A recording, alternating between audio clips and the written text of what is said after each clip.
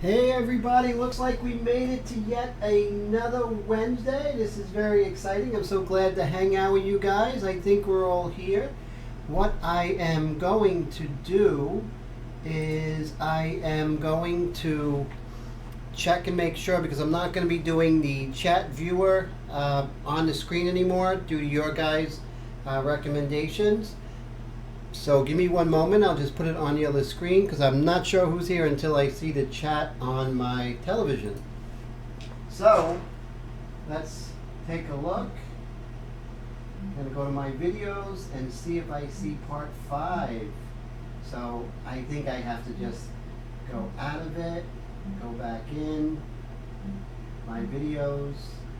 There we are, part 5. Yep, there we are. So in just one moment I'll be able to see who's here. Let me mute it. So this is part 5, which is pretty exciting. Let me go to this screen here. I just gotta continue doing this. If I go to... Okay, so I see Jersey Joe's here. We got Willie Brushstrokes, aka Jake. Tone is here. What's up, guys? Thank you so much for coming here, and I really appreciate it. So it looks like we are part 5, which is pretty cool. So I'm excited. So let's just go ahead to here. Okay, so part 5 of this version of Gene Tierney, we are going to actually start getting into a lot of the fun detail. This is the best part of it. So I'm pretty excited about it. So let's see. Now we are going to be working with the medium mixture to start out. I usually start out with the light mixture when I start anew, but I did work on this a little bit today. So we're just putting the medium mixture into the airbrush right now, and this is the Extreme Patriot Arrow, my favorite airbrush in the world. Second favorite, of course, is the Badger Sotar 2020 Slim. So let's go ahead and go to the screen and see if everyone is here. So it looks like we're doing really well. We have 3 people watching now. So let's go ahead. So what I like to do is just go ahead and, get a little warmed up. So I'm with the medium mixture. And what I'm going to do is I'm just going to refine the shape in this ear here. And don't be afraid to use your freehand shield. It's always important.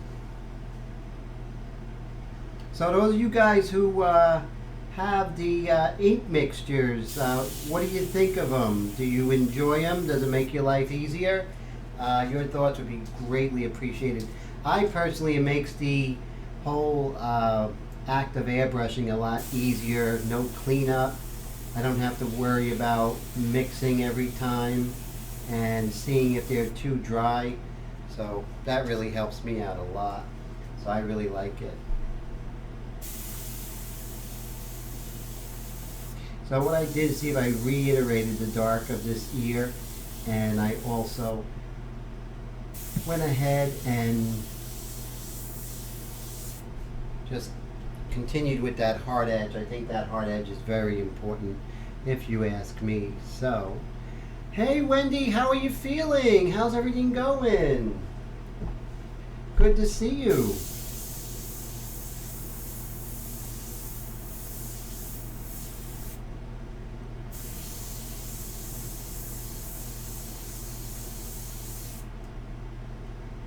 Oh, what's that? What makes you feel lazy? The ink mixtures, Willie?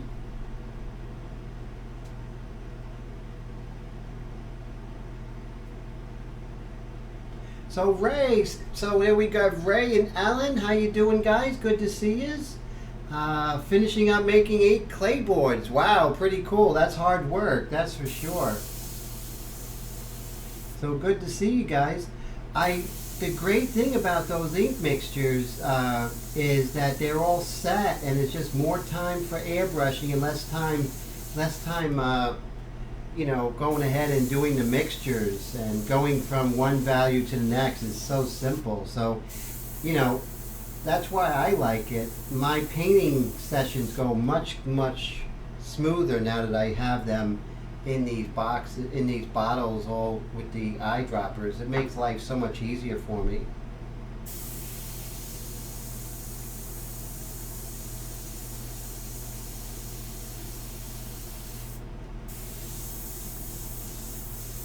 So we're going to be working on the hair a little bit, doing the finishing touches on the hair, and I think that's going to be really, yes, so easy, it's true. So I really like it. And thanks for your feedback on that, Lily. I appreciate it.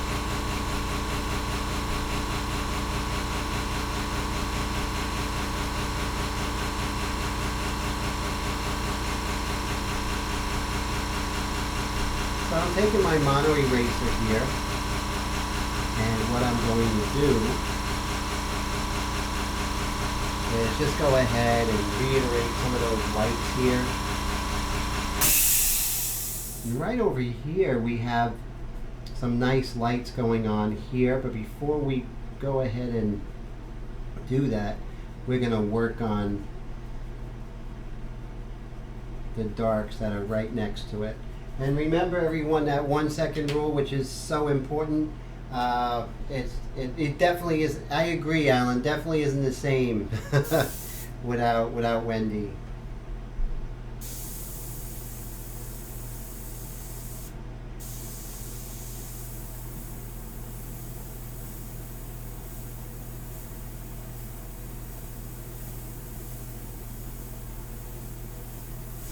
So you see, I'm doing that 1 second rule where I'm looking for a second and painting for a second, and how important that really is. So right here, let me just lighten this up a little bit.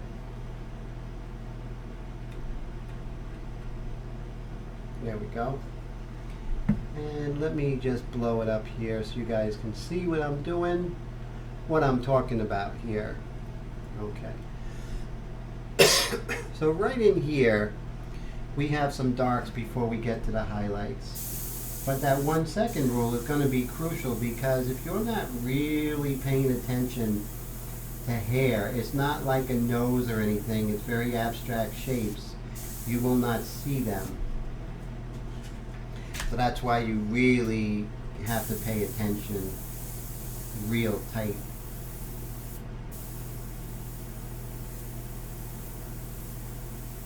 And you want to look at value and not the fact that it's hair. The idea of the hair will come in a little bit later.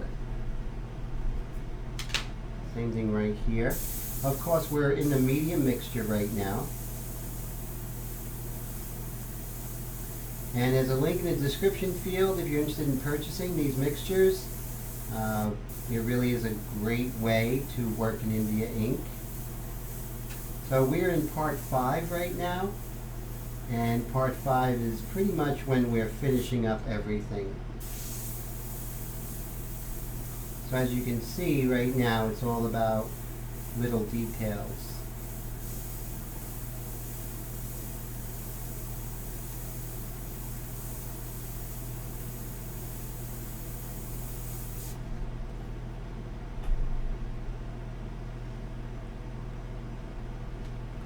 And of course, you know, you have your eraser here, which is going to save you.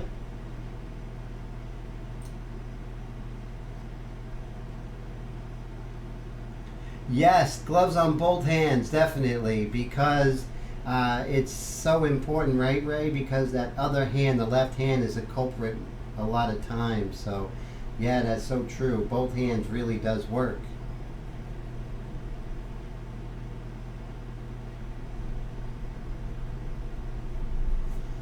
Okay, over here we have some highlights here. Okay, so I'm not going to come in with the white just yet, because we're going to be spraying a bit over here. I don't want to be spraying over the white, although there aren't any adverse effects. I just want to make sure that it's clean, you know. If I start spraying with as white, the white's not going to be as clean. There's no blue shift when you have, there's definitely no blue shift when you are working with pastel, but white pastel on here.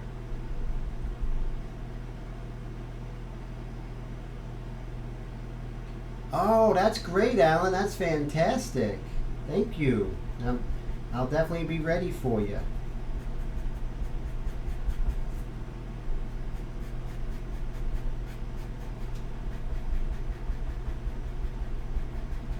So as you see, I'm setting up the white here. Just setting things up. This right here is the Perfection 7058B. You know it's B because it has this little brush at the end there. Hey Willie, no, this piece has not sold yet. It is available.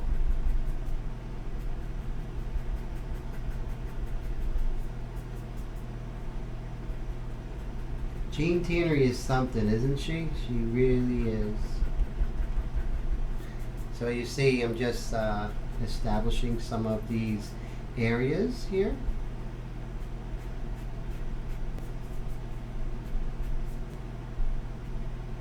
So right here we have this turn in here. See that? And then we have a different direction going on right here. So let me blow this out. Whoop. Let's see. Okay.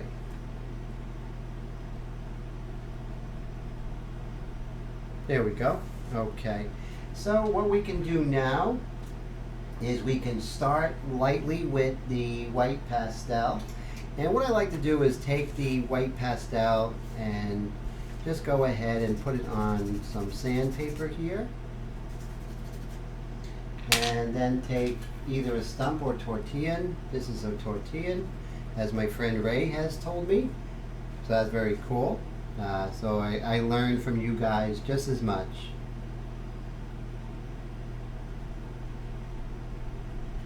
So you see what I'm going to do now is I'm just going to just start applying some of this white here.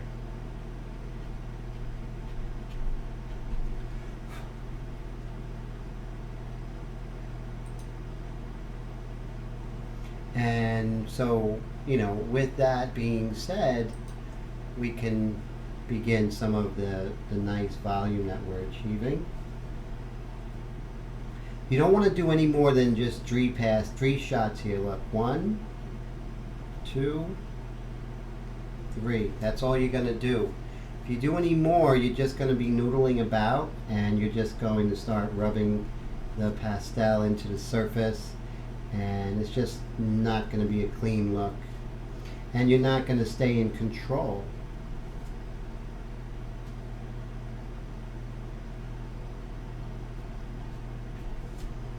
So that 3-shot rule is really important. And the 1-second rule and the 3-shot rule are all very, very crucial here.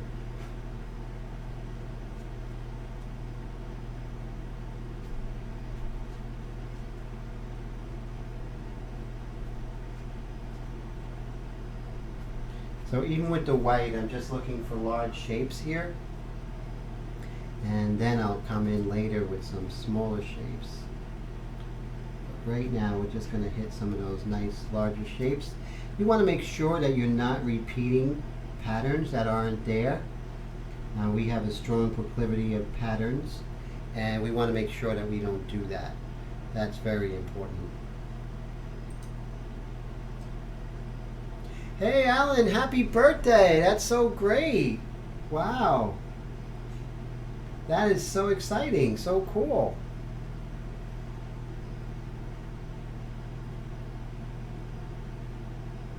"31 was a good age, I have to say. I had a good time at 31, guys.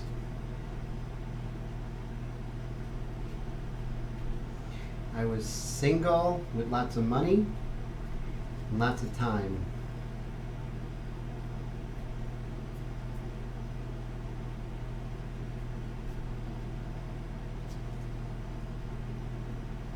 So as you can see, I'm really hitting those strong highlights here, but not going more than just 3 shots.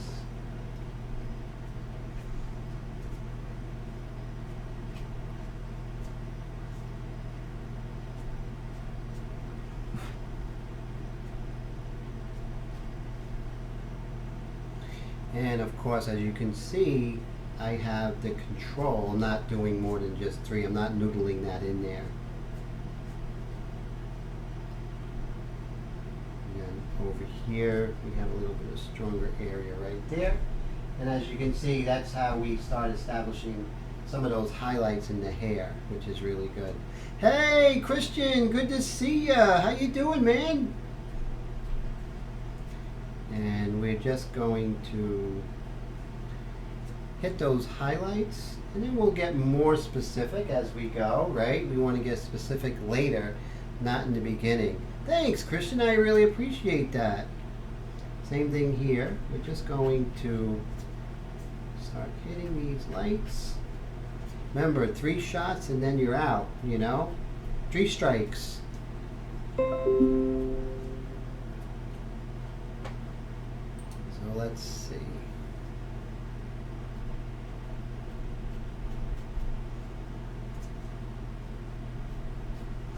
And I like the fact of doing 3 shots. It really forces you to pay attention to what you're doing, and notice that I'm doing sort of a dagger stroke with the tortilla, which is pretty cool.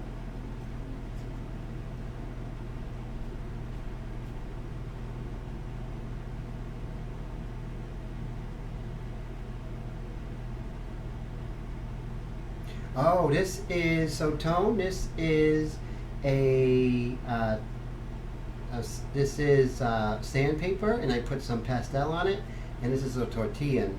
And so I appreciate that. Thank you so much. That it looks like a photograph. I appreciate it. Hey, what's up, Bill? How's it going? Good to see ya.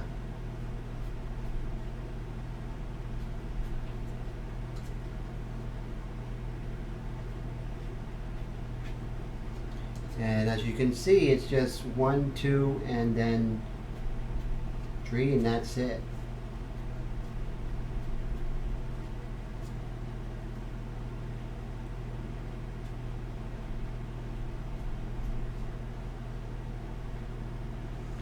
When you're doing light, you just want to make sure that you have the direction of light and also the quality of light, what it's doing. Is it a highlight? Is it a form? Is it a form light? Is it a, you know, is it a soft light, or is it direct?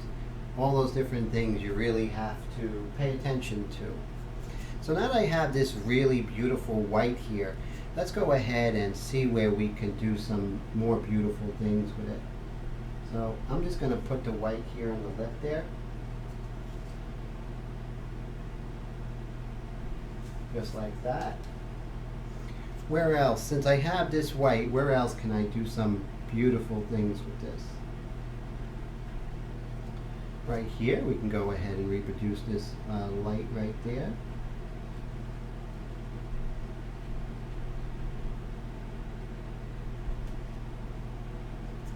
Okay, where else? So right here. Notice I'm moving around. That's so important to move around, guys.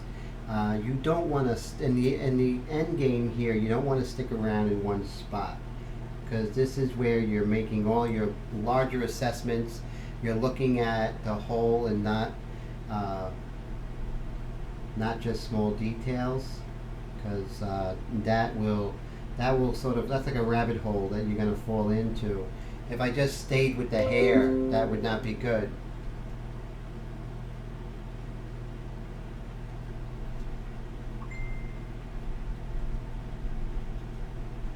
And let's see, okay.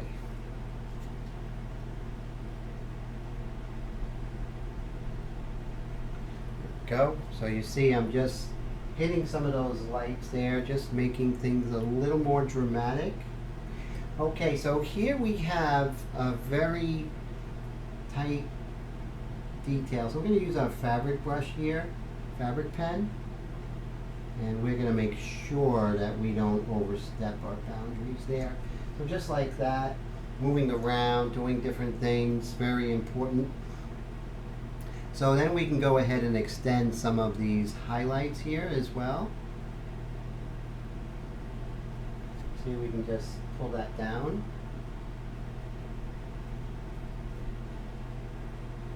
And also pull some of those highlights up. Make sure we do different sizes. Make sure they're not equidistant. Asymmetry as opposed to symmetry is so important here. And doing that 1 second rule, you're in good shape. So that's important.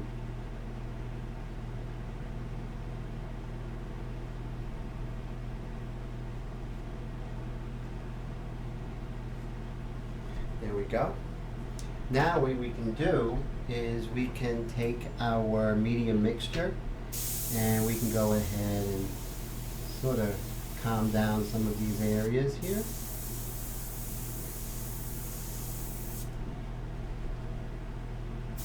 Making sure that we are following the direction of the light.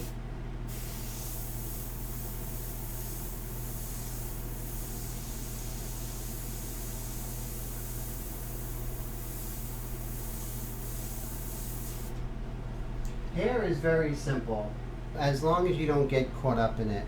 The fabric pen is by Pons and Porter Tone. It's really great. I really recommend it. Alan says, how frequently do I paint or draw or just art in general? About 12 hours a day, Alan. I know that's a lot, but it's how I make a living. So I love doing it. It's my job and my hobby and my love and everything. So yes, for marking cloth is right. That's exactly it, Ray. It's what a tailor will use to, you know, yeah, about 12 hours a day, sometimes even more. If I add up like teaching and, you know, airbrushing and doing videos, we're looking over 12 hours a day. But I love it, you know, and so it's a labor of love. I don't feel those hours at all. So you guys are still loving the larger picture on the screen?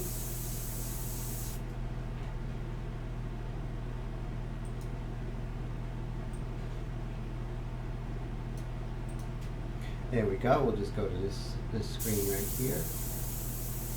A lot of times I'll feel a little bit of a stickiness. I mean, it's nothing that is like a problem, but as you paint like all day, you just have to pull a needle out for a second and put it back in, and then that rectifies the situation. Whoop. Let's see how it's spraying now. See that? It just, you know, you get the ink that will dry. You have a lot less tip dry doing this than you ever would working in acrylic, so that's really good. David, good to see you. How's it going?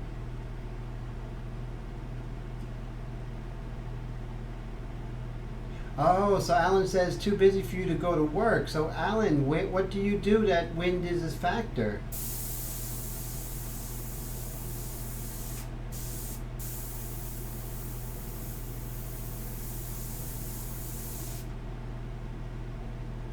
Wow, body shop, that's a long day, that's for sure.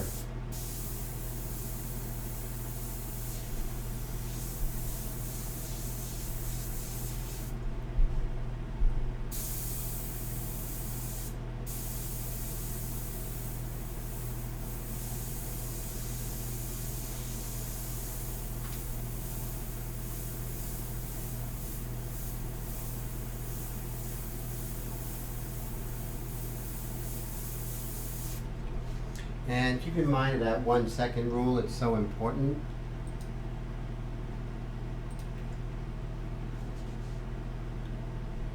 So you're not really lost, but just a lot of times you're just not paying as close attention.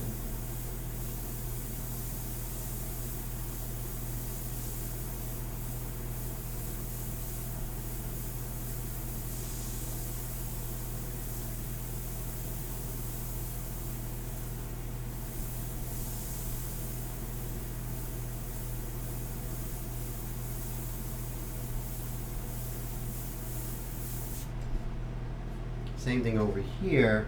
You just have to really do that 1 second rule. to really start seeing what's happening with her hair.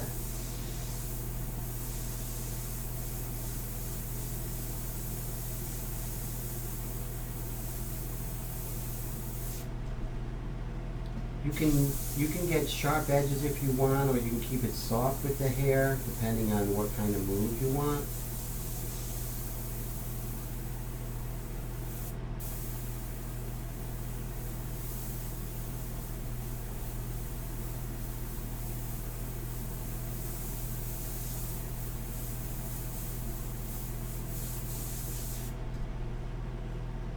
And then we can go back with the Fonz and Porter here. And then we can work on some of these little hairs.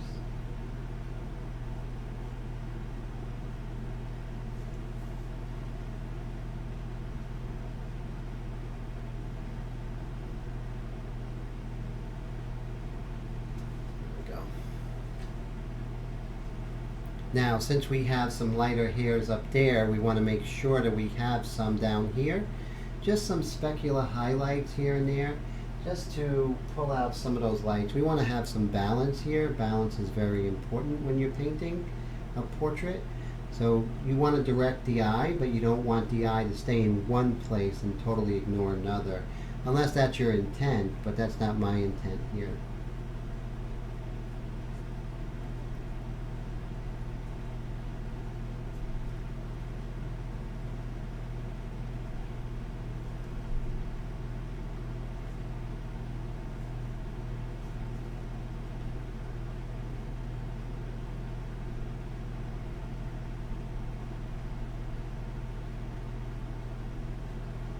What I can do is I can take that same medium mixture and I can take my liner brush, and you can do that with any of the mixtures, light mixture, dark mixture, doesn't matter, and you can go ahead and use that to your advantage. So how I would like to use that would be right here in some of the texture of the lip here. So let's blow this up, shall we? Okay, there we go. I don't go crazy like other artists may. I just like to do an indication of what's happening. Nothing too out of the ordinary. So since I do have my liner brush, while it's dipped into the paint or the ink, the medium mixture, which is not as dark as a dark mixture. So I can do some things here that I've been waiting for. So we can actually go up here to the eyebrow. And let's focus. There we go. And let's make it a little darker. There we go.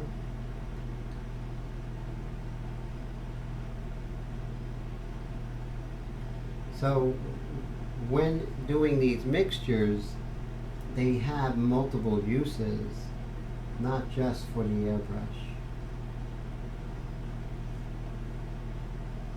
So you see I'm getting a lot more specific. So I can't see your chat right now, so you're asking a question. You may have to ask it again, because I'm looking at this screen here.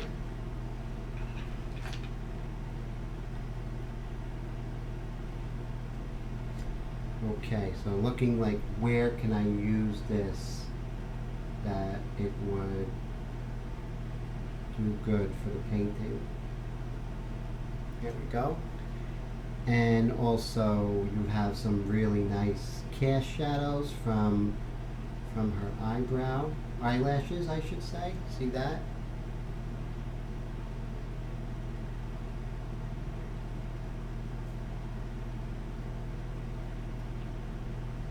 Here.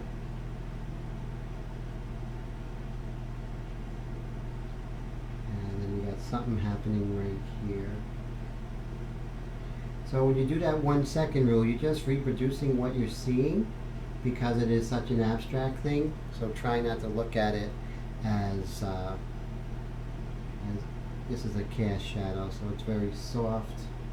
And it would be very confusing if I tried to figure out what it is I'm painting exactly. I'm just going to paint it. and do some of those bottom eyelashes there.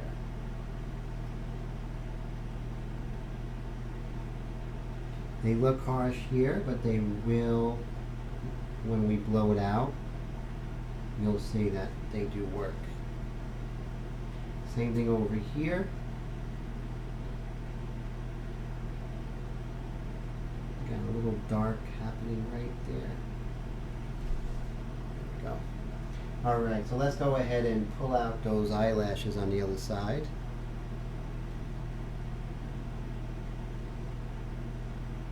This is why you do the other mixtures, the light mixture, the medium mixture. This is why you get to part 5, because it's all very planned out.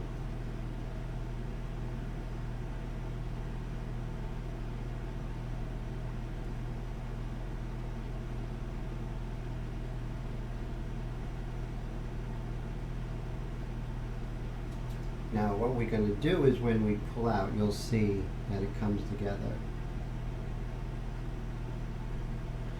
Alright, so let's go ahead and pull out and see what we did. See, now it seems to come together. Before, when you looked at it up close, it didn't look like it was coming together, but it really does. It really does come together. So that's the beauty of the technique.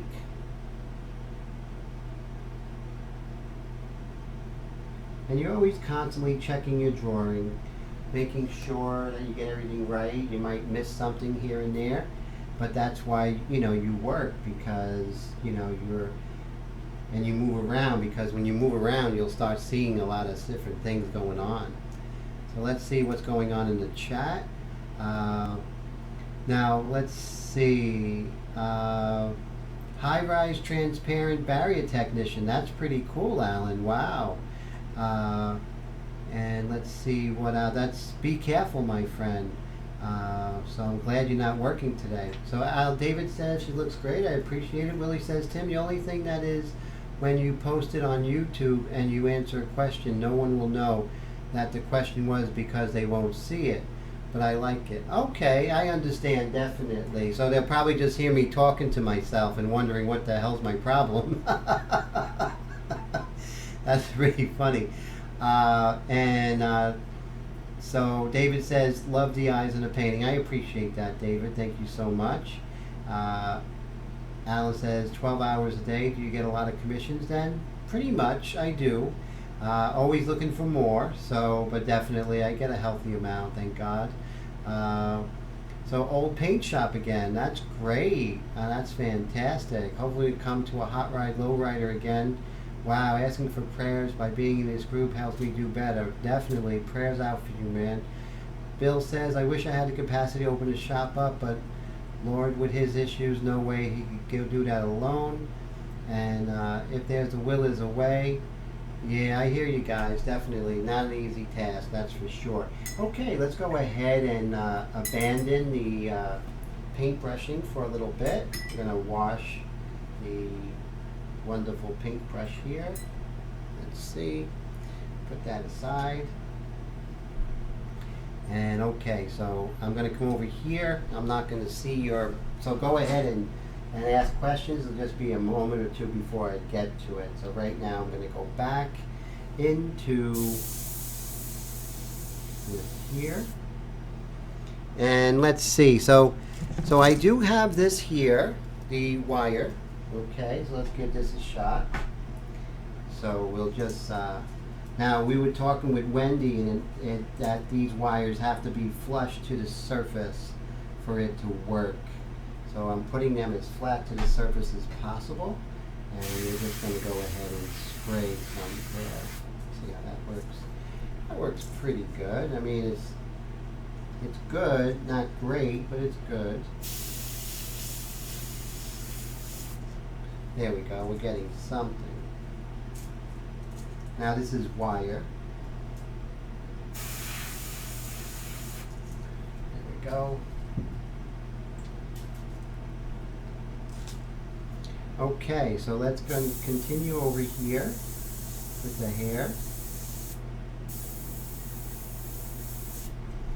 And we can definitely use some our freehand shield here to do some of these hard edges. So remember, you want to cover up what you're painting. Cover up what you don't want the paint to be on, and then spray where you want to paint. I know that's a simple thing, but I have done it where I did the opposite, so it's always good to remind yourselves. Just what I'm going to do is try and get some of the hard edges here.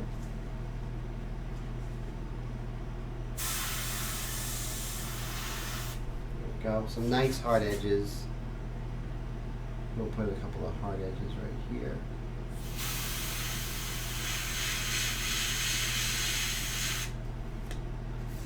And make sure you clean off. There we go. Just want to get some nice organic shapes. Make sure you always watch out for things going even and equidistant. That's something you want to always guard against.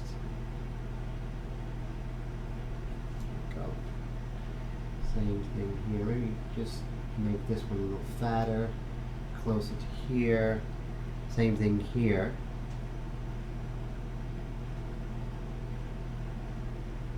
Let this one come out like this. There you go. Same thing over here. We could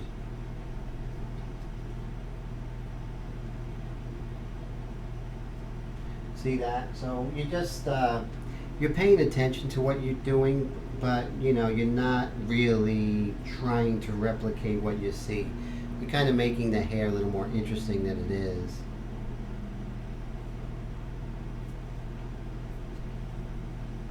But not stylized.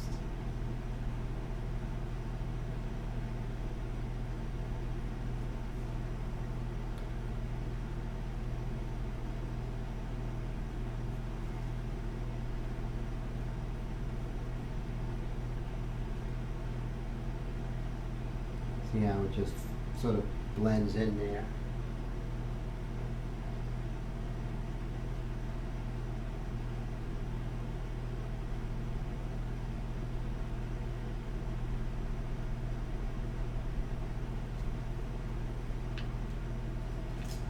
And then we'll just take our airbrush, take that out. Let's go ahead and get some harder edges here. Lower that air pressure a little bit.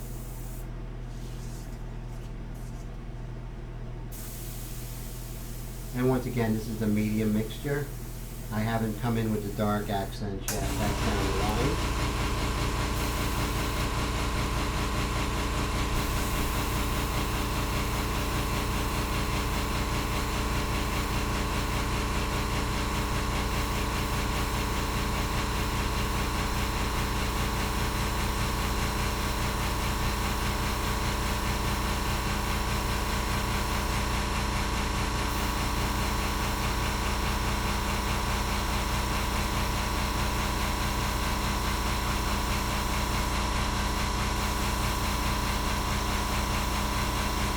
So as you can see, I'm moving around a lot with that hair. That's very crucial. Same thing over here. We'll just sort of inch in some of these darks here.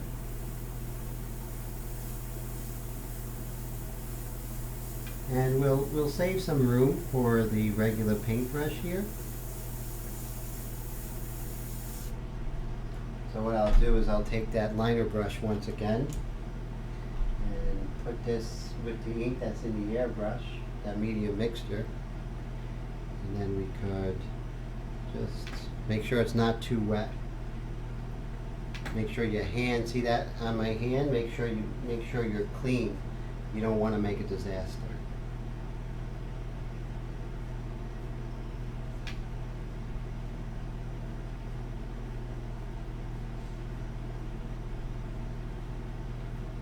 Guard against equidistance. And do that 1 second rule.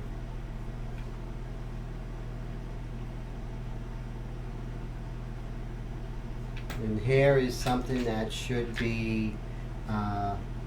not be something that is, you don't want to go crazy with it. Let me change the brightness here a little bit. No, I guess I can lower the contrast. There we go. And then let's raise the brightness a little bit. Lower the contrast. Okay, that might be a little better.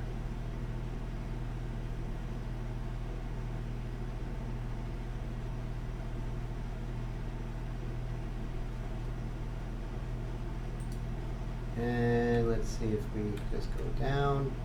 Okay, that's not too bad. Let's raise the contrast a little bit. I like that. Okay, cool. So what we're doing, of course, we're just moving around. We're working on the hair because this is part 5. This is the nitty gritty. This is the end, you know, the end game, so to speak.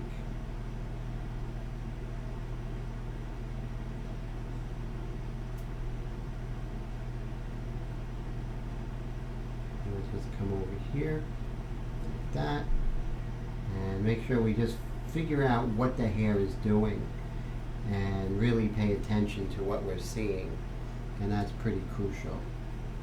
Same thing here, sort of comes down pretty dramatically right here. So moving back and forth in part 5 between airbrushing and pastel and using the paintbrush, I mean, it's pretty in depth. But what I want you to do is to have that flow between different mediums, different materials. That's what's really going to help you. That's when you take my class. If you do take my online class, you'll realize that, you know, what you're learning more than anything is using the tools and using them quickly when you need them.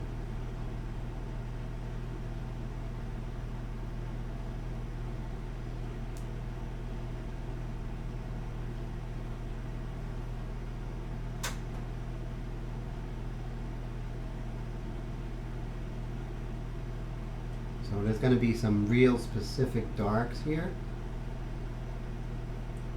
We're going to go in there with some dark highlights at the very end.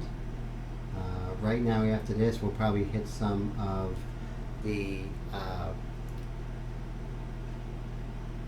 light again. But now's the time we're moving around like crazy, though. That's the thing. You want to definitely move around a lot. Let's see.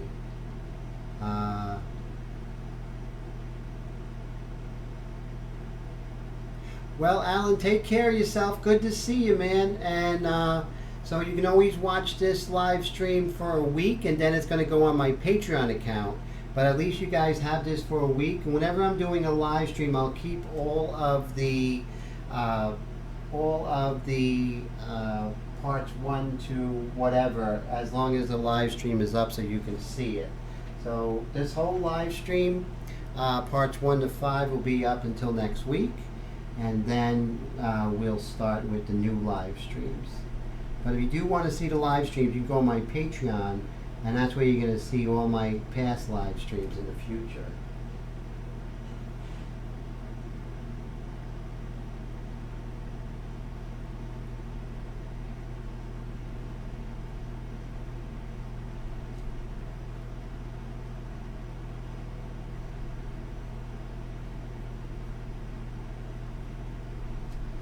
And you just want to keep refining, guys. It's very important at this stage that you refine. And it's just so important that you really refine your observational skills as well, because that's going to go a long way, you know? You got some little lights right here, which are pretty cool. Just these little, tiny little lights right there. Alright, so since we have the paintbrush and the medium mixture in, let's see if we can just refine the eyebrow on this side. It's a pretty hard edge, so it would definitely be in our best interest to do that with the paintbrush. Can I do it with the airbrush? Yes. Do I want to? No, because the paintbrush does a better job.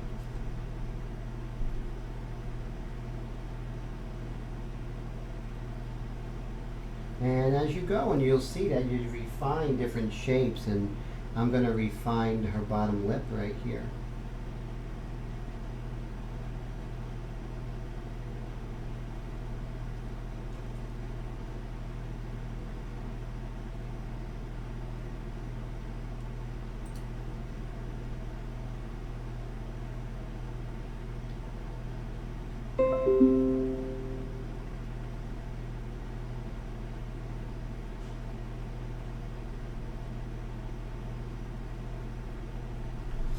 Go.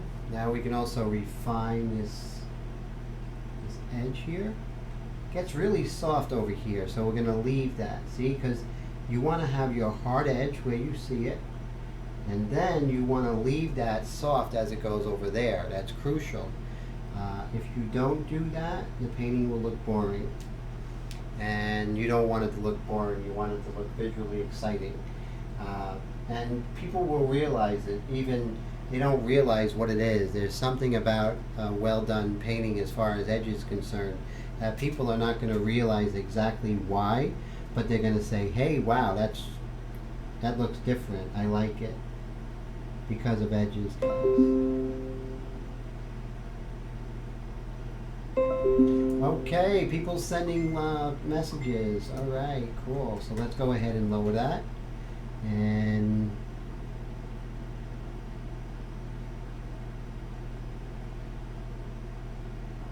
what we're going to do is there's a couple of little eyebrows right there, eyelashes, and we're just going to hit them real quick. Be careful not to keep them equidistant.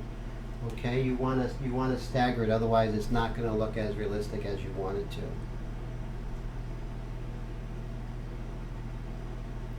So once again, I'm with the medium mixture. I don't want to go dark because these are just eyelashes and lights going through it. So if I made it dark, it would appear too dark.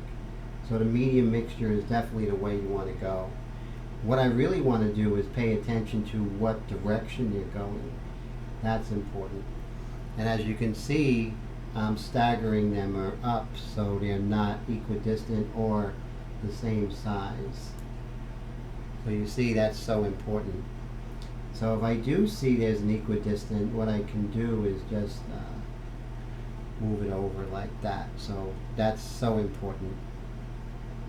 I can't stress how hard it is and how important it is to work on making things organic, making your shapes organic.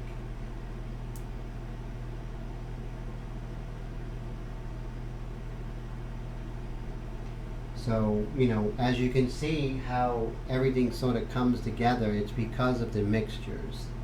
So there is a link in the description field if you're interested in getting any. Just go ahead and follow the link and we'll make sure that you get that within a few days. If you're in the US, definitely within 2 days, I think. We do ship internationally. It's going to take longer, but we'll get it to you.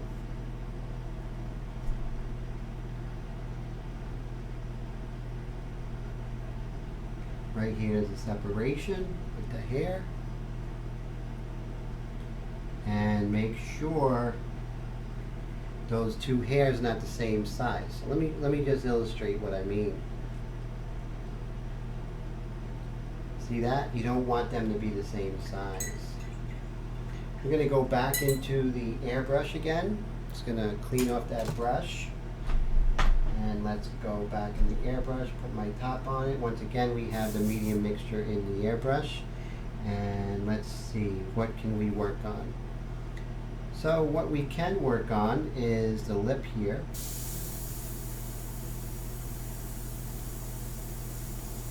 Just working on that dark here. Let's see.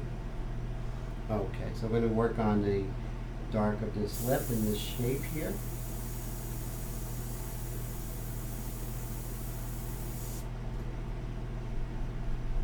Got to watch out for any spidering at this point. The surface gets a little slick. So let's see. Okay. Let's do some of the little hairs here.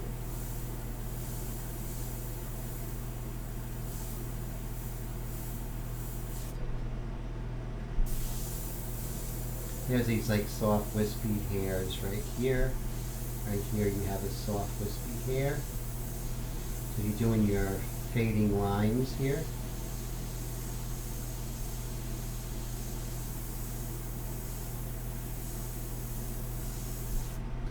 There we go.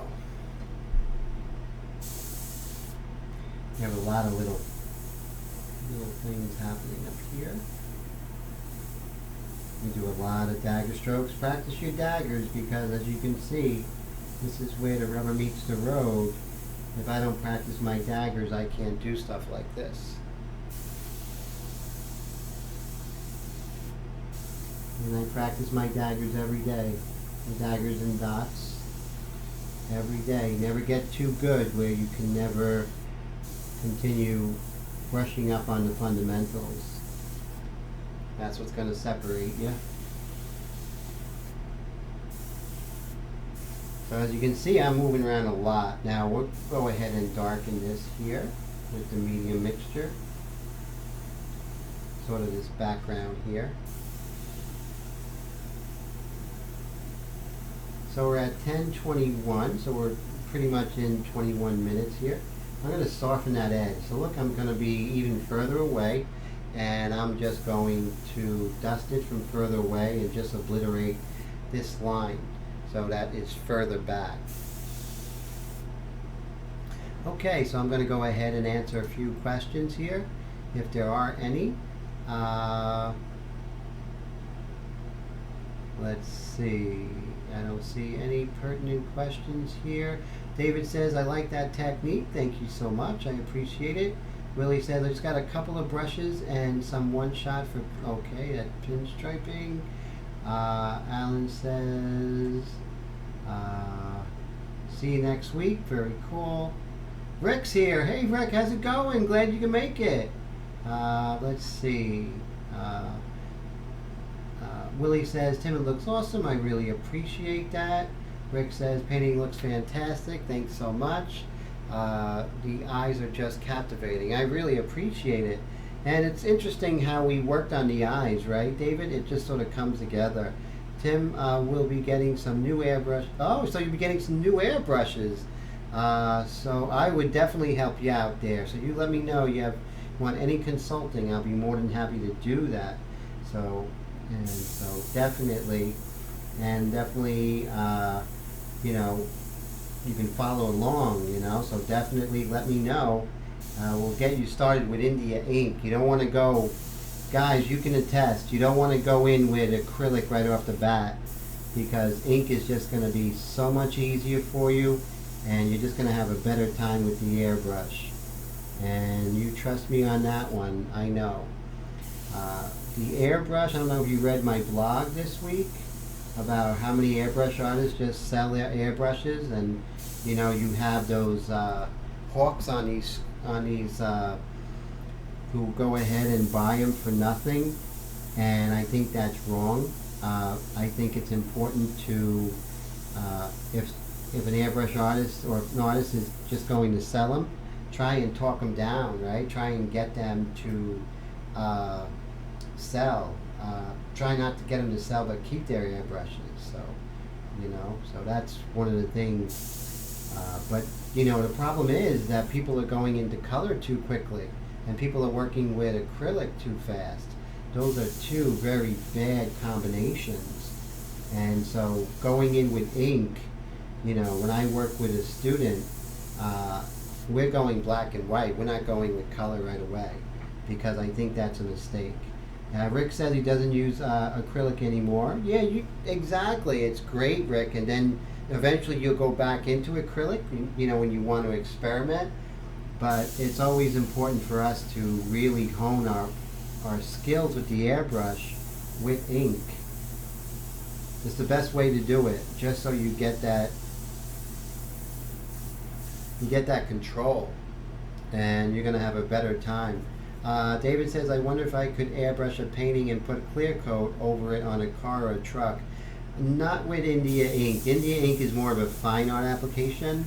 I would definitely, but learning India ink, you can definitely go ahead and, you know, take some black and white black and white, let's say, golden paint and really do really wonderful things with it. Even just straight black and then just use the medium. It's not going to be as easy, but you'll definitely be able to do it with the experience a lot better.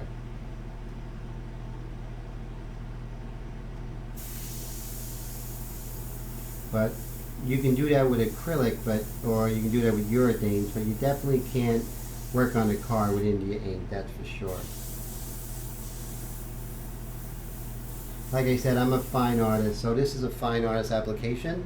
But more importantly, the thing is that you have to gain control of the brush, and that's one of the reasons why I started this, because people who have followed me have gained control of their airbrush, and then they can go into all the other things. But you don't have that control, you don't understand about dilution and viscosity and air pressure and values and all of those things.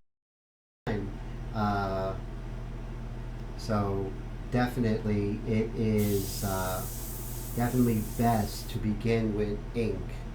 If that's your goal, if your goal is to have the best control, then definitely I would not steer you wrong. But you know what I've learned, because I've done, you know, and we're going to start working on the outer edge, and I think now's the time.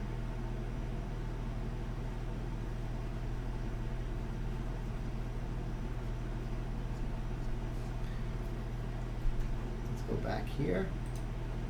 Alright, so we're going to go back to work here. I'll just ask a question. If I don't see it, ask it again. I'm going to be pretty much concerned with this painting. So you see right now I'm going to be doing some of these errant hairs here. Drew Blair said, which is very cool, that hair against a dark background is white, against a light background is dark. So see that? We'll just make this a little softer, and we can break it up a little bit too. It's sort of like, you know, the way hair is, it'll like disappear and come back over here. That sort of thing. It'll look a lot more like hair. So right here, we'll do a hair just like that. Over here.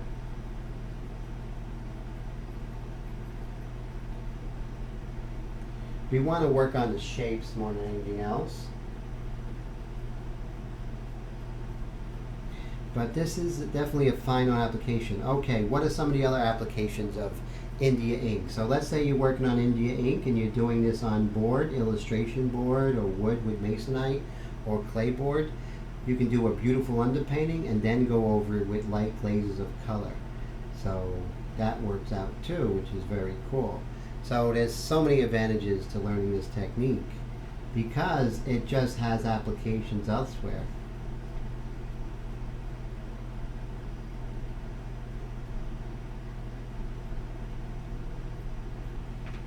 Go. And then so you see we keep revisiting the hair because this is the final stages, and let's go ahead and dust back some areas here. All right, your friend and mine, Mr. Freehand Shield, Mr. Blackbeard Wheat here. Let's go ahead and get some organic shapes here. There we go.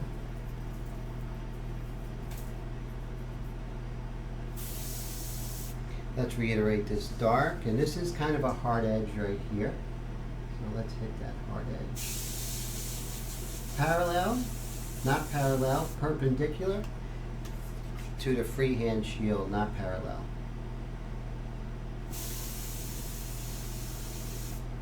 There we go. So see, we have a nice feeling of atmosphere here. That's very important.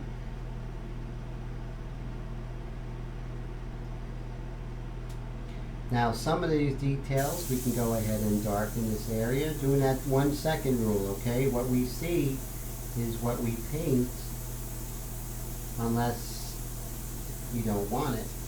But you see, I'm just going to pull in some of that shadow in her eye here. There we go. Now in the corner of her eye where we went ahead and did the white, where we did the shadow with the airbrush, we can go ahead and pull out this little highlight right there. See that? Add some little interest. Let's build up some highlights here.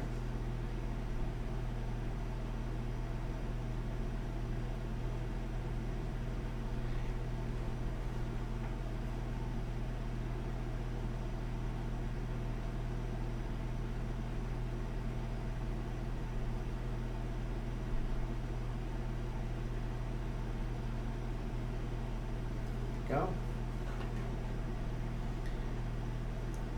Now we do have a little bit of light right here on her lip. Let's go ahead and put some of, just very lightly, we're just going to put some interest into the shape of the lip there. So we got to make sure we don't overdo it. And what we can do, if we do see that we're overdoing it, we can always tap that out. See that? You have control.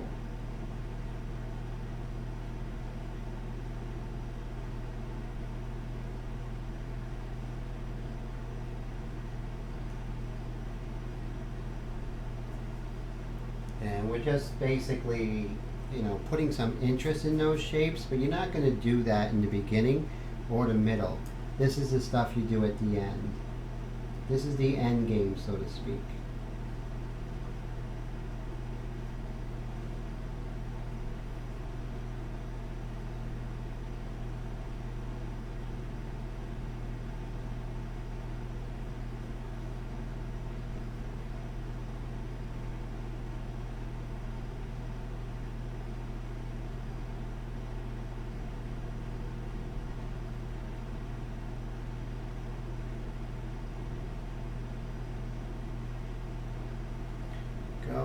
See, it's just these little details that really don't belong there until the end.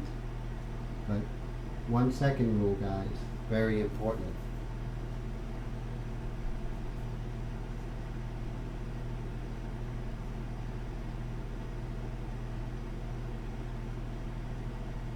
You're just kissing the surface here, just so lightly touching. But this is going to be so important because there's so much subtlety going on. So as you get more experience, you're going to get more subtle. I'm not hardly even touching that surface. Let's go to any questions that might be going on here. Tim, I feel I need to tell you that it's 10:30. Exactly. But actually no more because we don't have that chat thing that goes out. So, but yeah, it's almost like tradition, right? Hey Mike, how's it going? Hope you're doing well, my friend.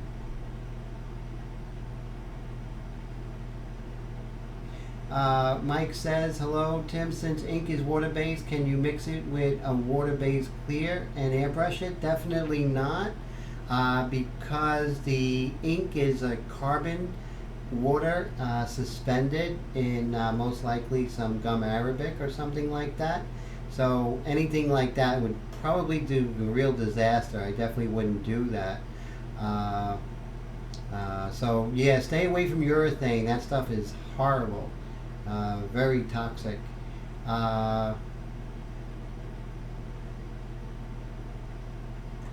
So definitely learn how to airbrush with the ink and then go to others after that.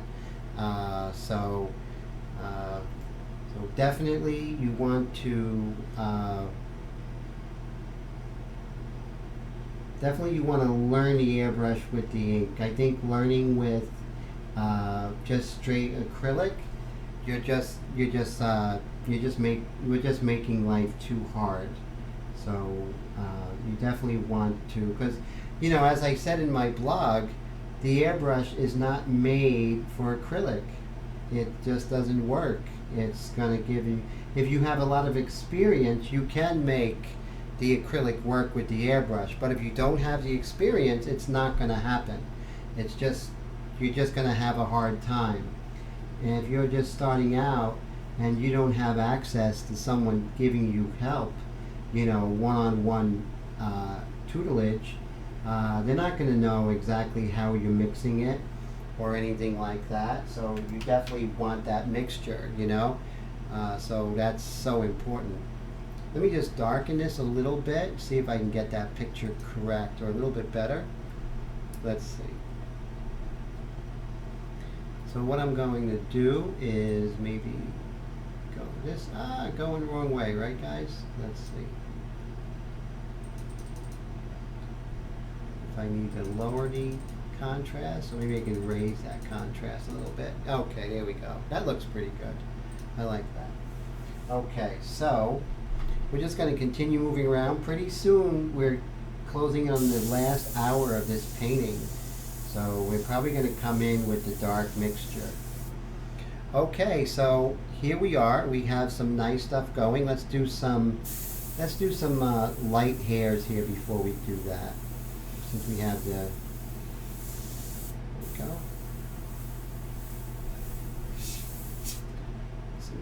Really some straggler hairs here.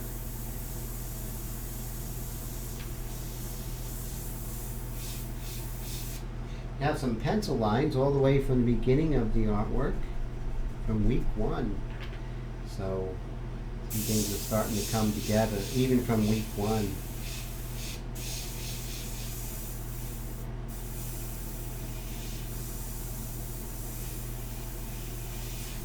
So you got some little straggler hairs here. Remember, against a light background, they're going to be dark.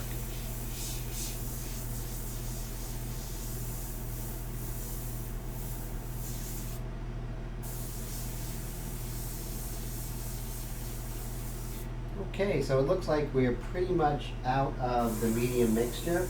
But look how great the how I can go from light to dark. So all I do is go over to my dark mixture.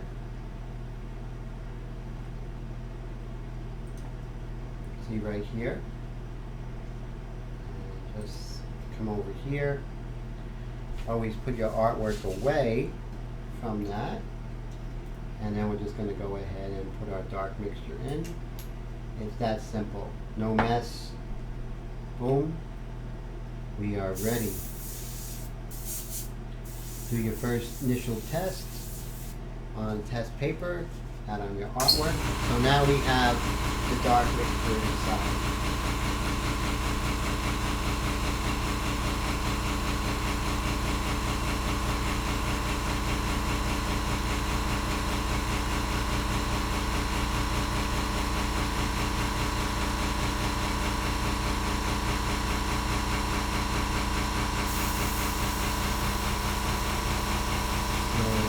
So when you are in the ateliers of the French Academy, the École des Beaux-Arts,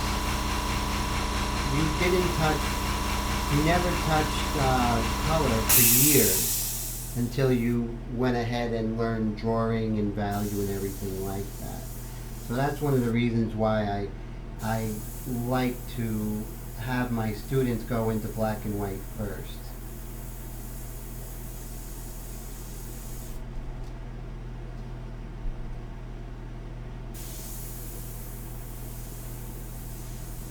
So here I am with the dark mixture. So with this dark mixture, it's a nice dark, and I can go ahead and start doing some dark accents. So before we were medium mixture, it was a pretty rich mid-tone. So, but now we can really go in there.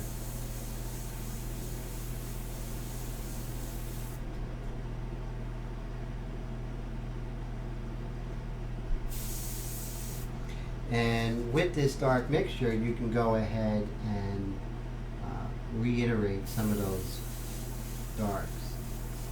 So basically, the thinking of working in black and white before color is that color is too hard to add on to learning of how to see value, learning how to see the nuances of light and the darks, reflected light, cast shadow, transition tones. What's a transition tone?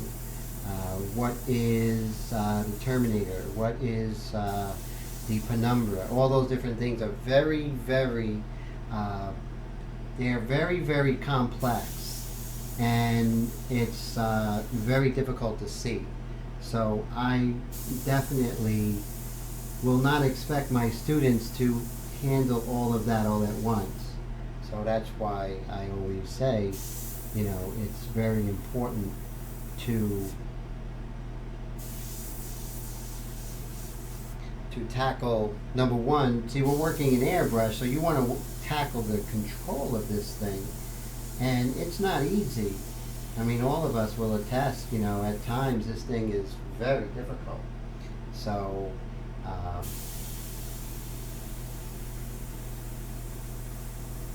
we go. So I'm just doing that little bit of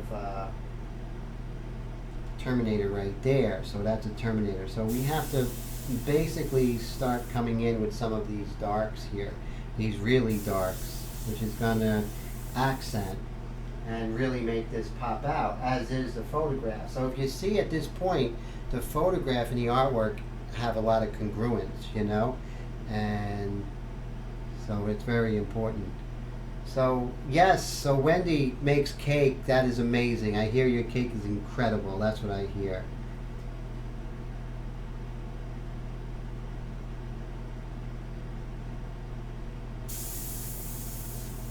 So let's go ahead and see.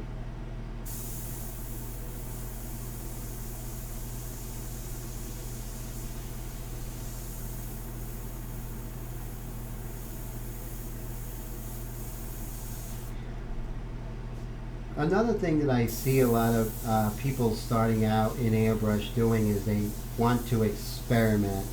And I don't think it's a time for too much experimentation. It's really a time to just get a handle of this thing, the Airbrush. And you know, experimentation is all great, but you want to do that later. So as you can see, I'm darkening up some of these cast shadows. Cast shadow closer to the light is going to be its darkest, and then it's going to receive a lot of reflected light, as in here. You see that? That's all reflected light.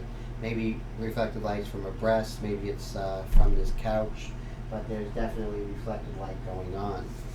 I'm going to look for some hard edges now in the contours, so let's do that. So notice how I'm moving around, always moving around.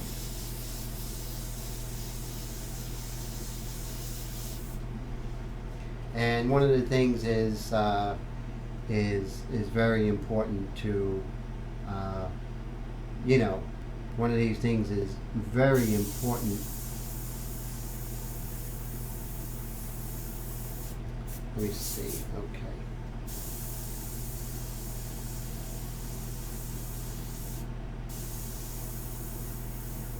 It's always important to move around, guys, especially in this area with dark accents. So what I'm doing once again is I am looking for some hard edges here and there that will really create some interest.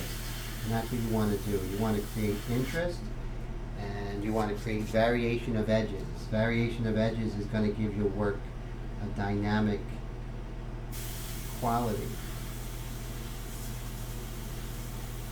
But you're not just making them up. You may here and there make something up if you need to, if it helps your painting as a whole, but you don't want to. You want to stay close to nature as more possible than not.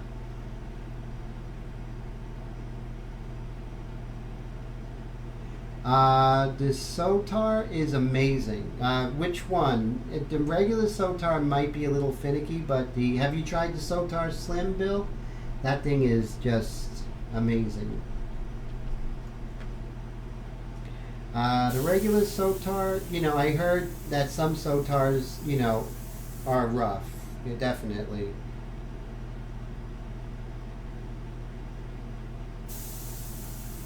But I came with open mind with the Sotar, and then again with the with this one, the Extreme Patriot, and I wasn't sure I was going to like it. The Sotar I loved right off the bat. The Extreme Patriot Arrow, that had a little bit of a learning curve, but once I did, I can't put this thing down. It's just so amazing. Plus, you know what? I'd rather give my money to Ken than to Iwata.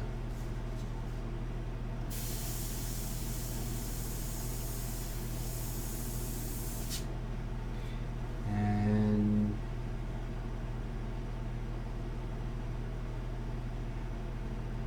did you have the Sotar Slim? Or was it the because there are several Sotars. They have the and I know they are the 2020 Slim, which is a little bit different. I mean, the 2020 has the regular Sotar.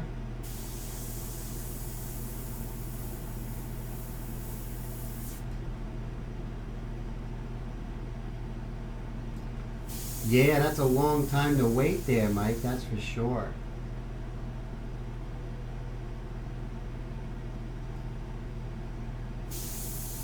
So you're working on the dark accents here.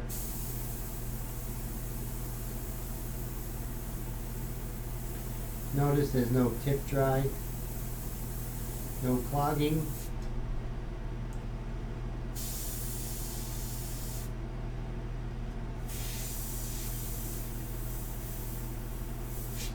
There we go. Let's use this Blackbeard wheel a little bit over here.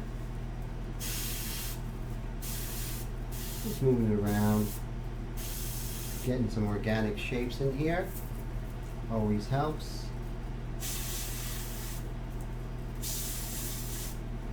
And we're going to get a lot more variation. It's going to come out a lot, going to be a lot more evident with the dark mixture.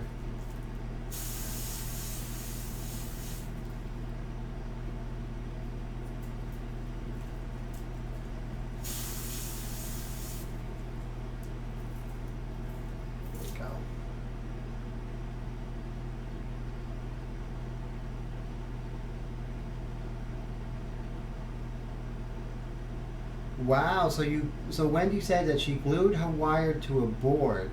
This made it lay flat. But it's flat to the board. How do you get it to how do you get it off of the board?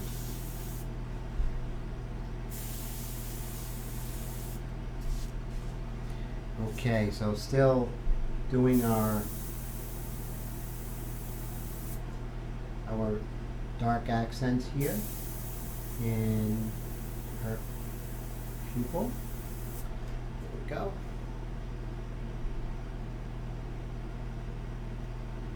Oh, but you glued it. Then how do we spray with it though? But I'd like to see some pics though, Wendy, because I'm not quite following. I'm sure it's a great resolution.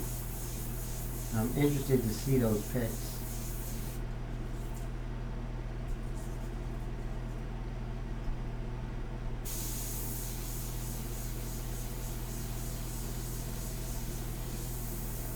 Okay, some nice dark accents over here.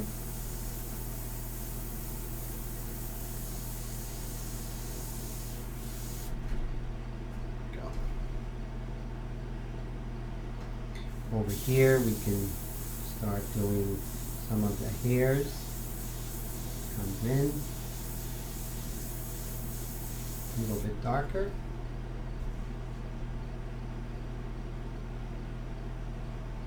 Okay, so we don't want to neglect her breast area. So right here we have a hard edge, and we're going to go ahead and start to reestablish it much better. So I'm just like crawling along the surface here, working perpendicular and not parallel. See that?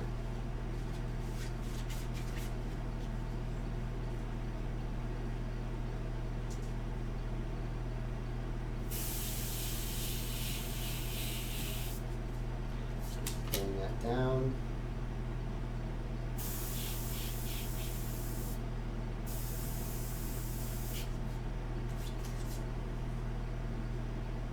Rules are good. They're always made to be broken. So even my rules, you will find ways to go against it.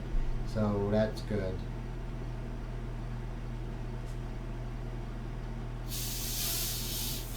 Okay. so let's set up some of the lights here. We're going to put our airbrush down for a second, and then what we're going to do is we are going to pull out with the aggressive eraser. Is the Perfection 7058B, and we're just going to see where it's a little bit lighter. We want to make sure we keep everything soft. This is the shadow, so details are going to be very quiet. We don't want it to distract from her face.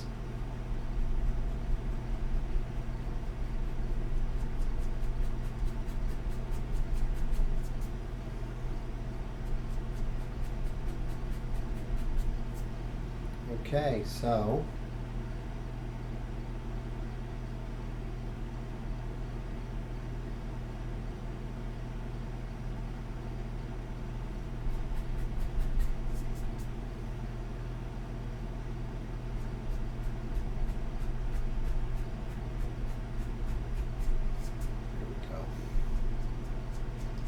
now, if you notice, there's definitely not any white here. It's pretty dark.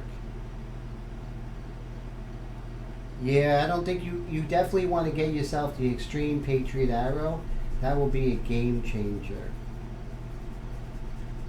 That airbrush is just a it's just a masterpiece.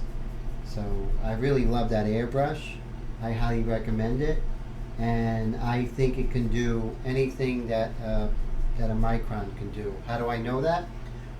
I have a micron, and I think I know that I can do anything with this airbrush that I can do with that micron. Now, can an inexperienced airbrush artist do everything with this airbrush that the micron can do? No, definitely not. But I also think that I think that as you get good with this airbrush, there's no difference. And I challenge anyone with a micron to try and do things that I can't do with this airbrush.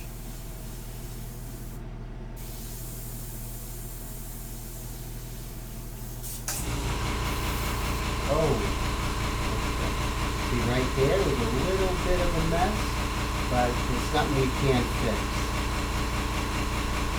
So what we're going to do, we're going to let that dry, because one of the things that is important is never get emotional about a mistake. You let that dry.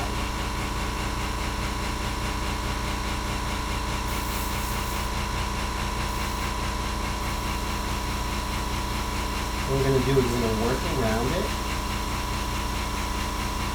and we're going to address that at the end. But it's good that I've shown that mistake, because when you make a mistake, you have to not get emotional. You have to just say, okay, I'm going to assess the situation and go forward. So let's go back here.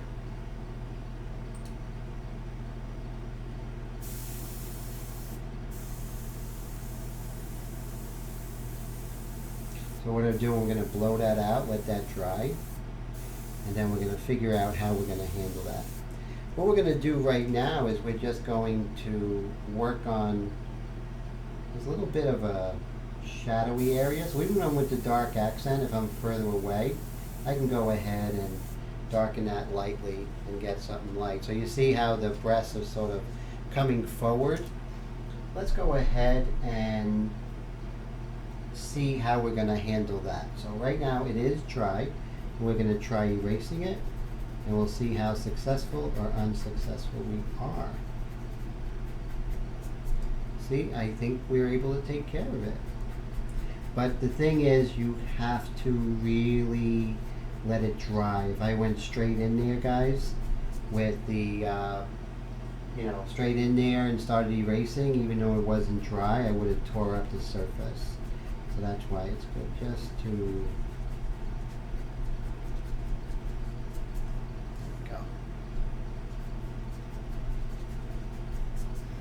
go. So see, that's something that's very easily rectified, and I'll show you exactly what we'll do down the line as well.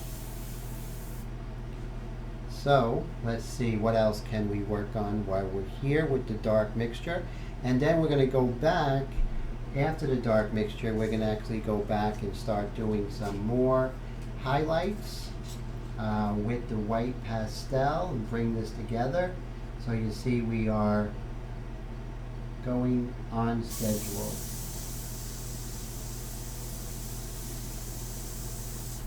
There we go. So just get that nice hard edge right there. Really helps us.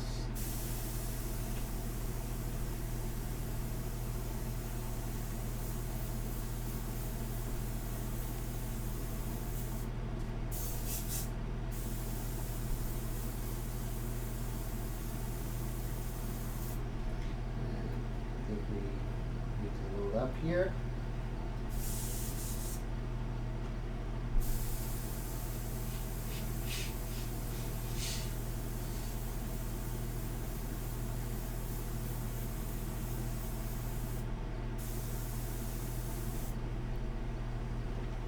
Let's see. Hey Letitia, how you doing? How's everything? Good to see you. Thank you so much for coming by.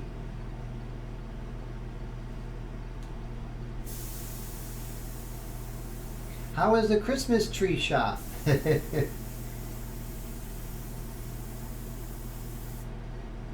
Sorry, I just saw your thing right now because it's not on the screen, so I have to go. So I hope you're still there.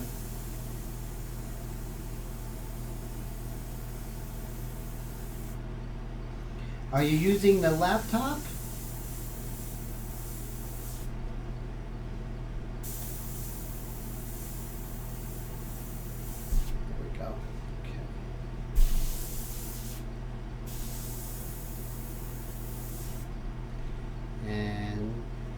I think I could calm that down, but we'll get there. So you'll see there are moments where you say, okay, that spray didn't work, and then you can go back and calm that down, no problem. Right here we have a little bit of hard edge right along here. Let's see. Right here we have a little hard edge right there. Let's get that. It's hard, and it gets soft, and it gets hard. Yes, the laptop is heavy. Definitely compared to the phone, right? That's for sure.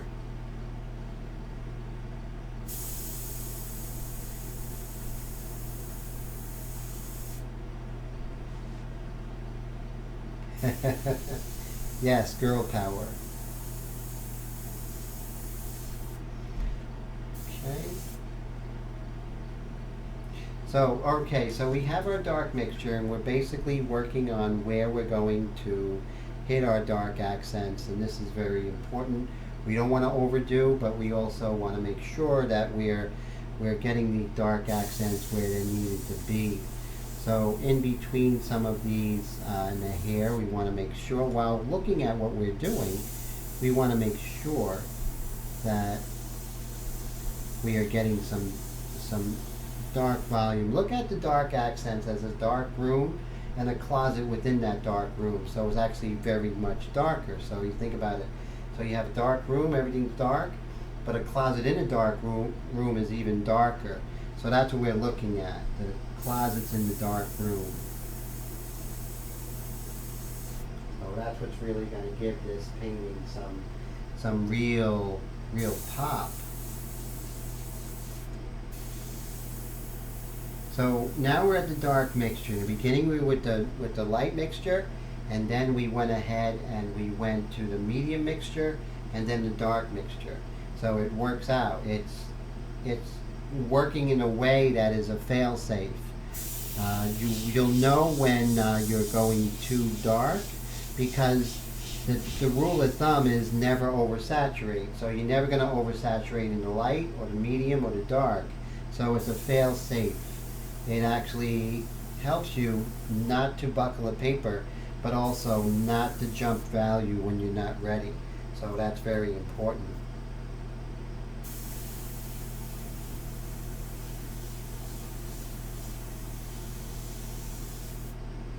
So we have a nice dark accent right here. There we go. I think that works right there. Okay, so here's some dark accents right here. Nice detail. Right here in the corner of her eye. There we go. It's a nice dark accent right there. Jersey Joe, how's it going? Good to see ya. Okay, so we have a little bit of a hard edge here. I'm not sure how hard it is, so I'm gonna not do the. I have a little bit of a soft edge here, but we still have a dark. So what I'm gonna do is I'm just going to very lightly reiterate this dark. And I'm not using a freehand shield. And I think that's good because that form is turning, right? So the form is turning, and as it's turning, it's going away from the light, and it's just gradually disappearing. And that's why we have a soft edge there.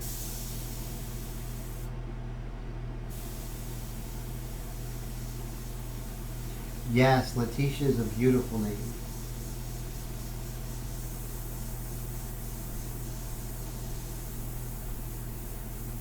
Right, Letitia, we found out that there is a city in Colombia named Letitia. I thought that was funny.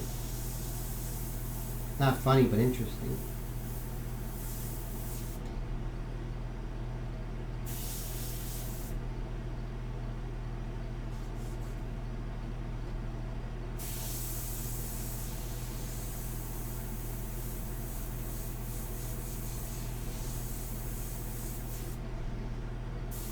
Okay, we can do some nice dark accents here in the ear because we haven't done that yet.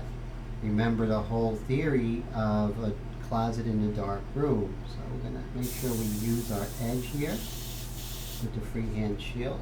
And we're going to hit that dark. It's really going to be great. That's true.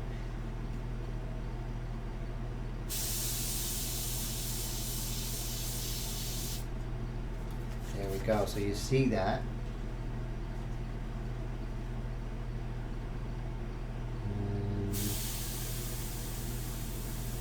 hit that dark right there. There we go. So you see that really creates some volume, and that's what we want. We want volume. We want variety, but we also want to pay attention to what we're painting. So sort of, you know, really paying attention to those things. At the end of the painting, such as now, we're really just cleaning things up.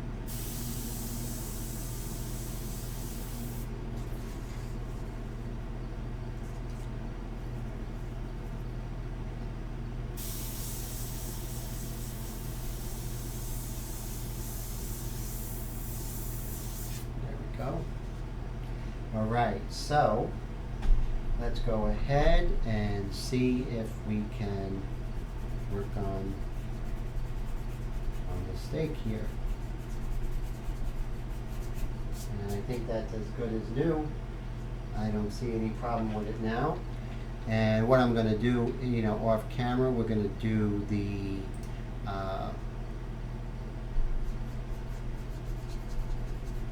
maybe lighten that up with some white or something like that. But definitely wasn't an issue. As long as you don't get emotional when you make a mistake, you'll be able to work that out, no problem whatsoever. So you see.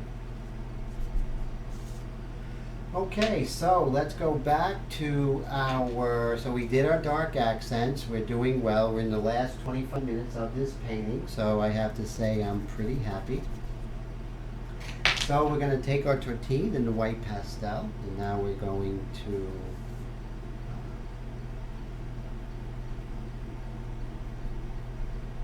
we go.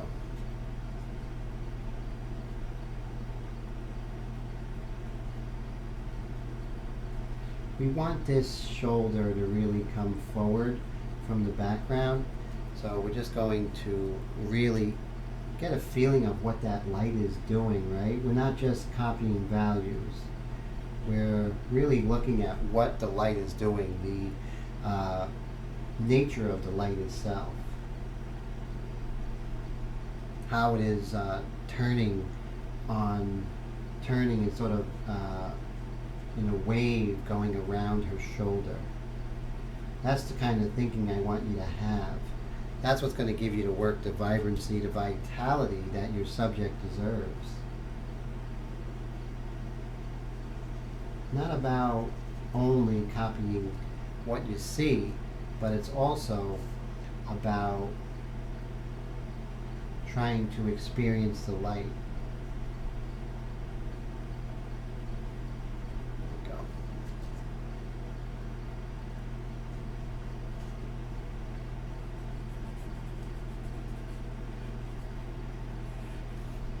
See that? So now we're feeling that light.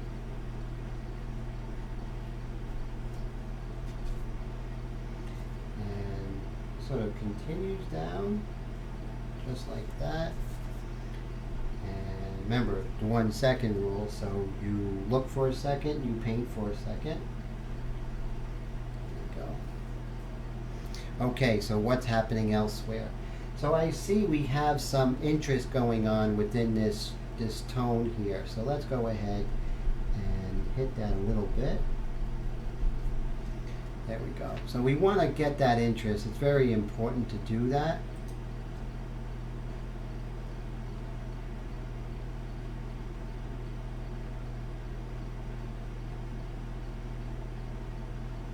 Hey, what's up, Steve? How's it going? Good to see you. This is the fun part, right, Steve? When it all comes together. So it's pretty cool. I like this part too. It's the payoff, right?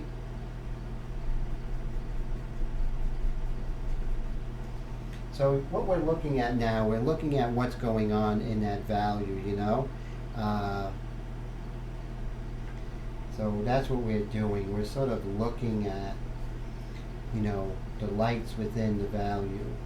The interesting stuff that's going on here. That's crucial. So it's not just this value. So stop. I want you to not just think about value. Think about what the light is doing. You know, just reproducing value, the work's going to be cold and lifeless, you know. So I appreciate that, Steve. Good to see you as always, my friend.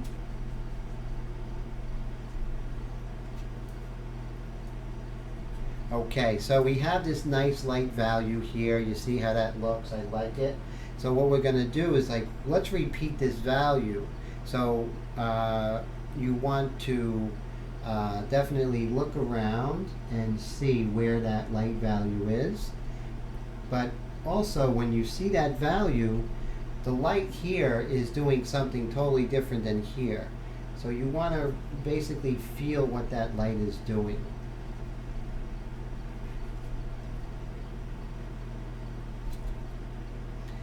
It's really important to understand the nature of light. There's a great book out, and I want you to get this book. It's called The Light for the Artist. It's really fantastic.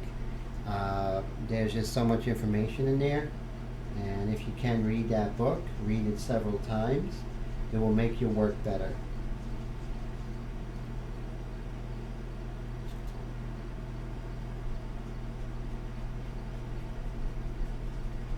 So if any of you ever take my my online class, this is the stuff you'll be learning. You'll be learning how to see.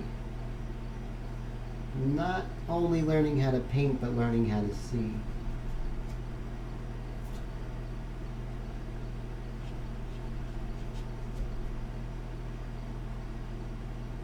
Oh, the name of that book is Light for the Artist.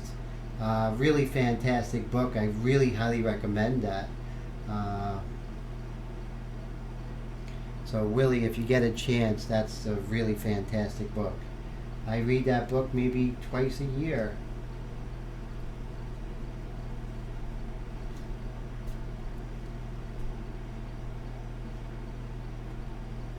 And whenever I read that book, it seems like all the mannerisms and mistakes that I built up beforehand that you always do, it's sort of like a real refresher course for me.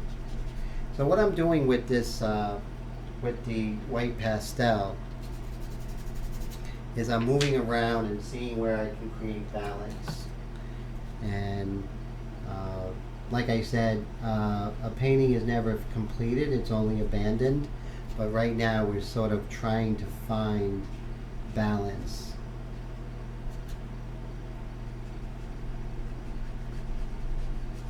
Here I'm actually just scumbling because I'm trying to find some shapes here.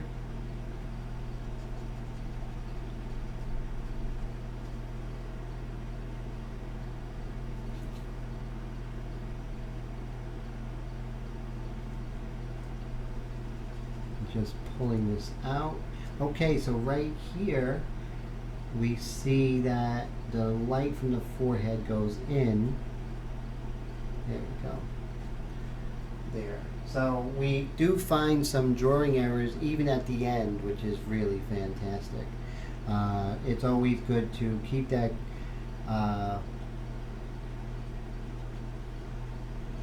keep a critical eye.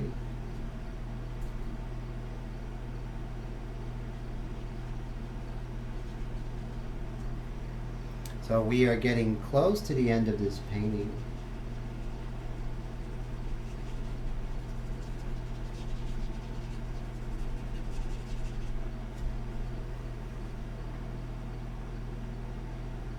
Oh, you did purchase that book. That's amazing. I love that you got that book. It's really fantastic.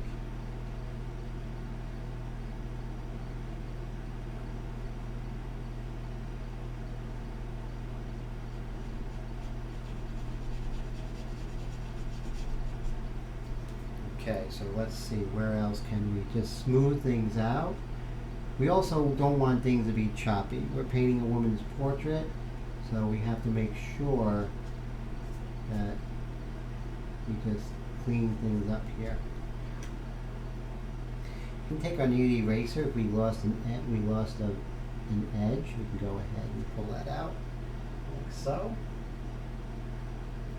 Same thing, if you need to make it darker where you put the light, you can just tap that and you get some really nice how do you say, nice darks and light.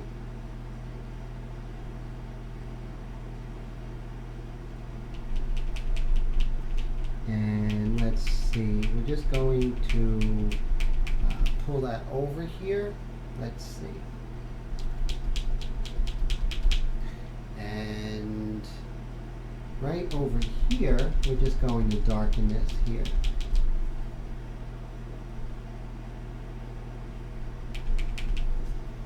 And then right here, so this is interesting here. So what I want you to see is that there is a light here that might be a little bit lighter but not too much. And let's see if I do see it. I might see it, I might not. So what I can do is I can just pull that down right here, just like that. It might not work. Sometimes you'll see things and it just might not work, and that's okay. And maybe I just need to take my mono eraser and lighten it up that way. So we can do that, you know. Let's see. Just like so. Okay. So let's go ahead and lighten that down as it comes over here.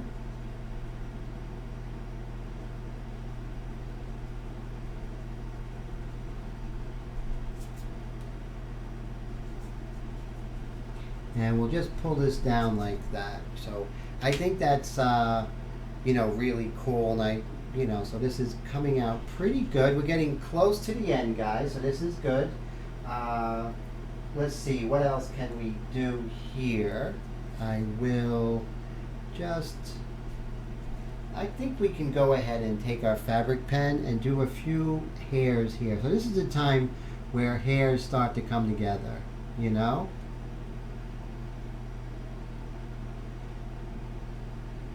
Let's see.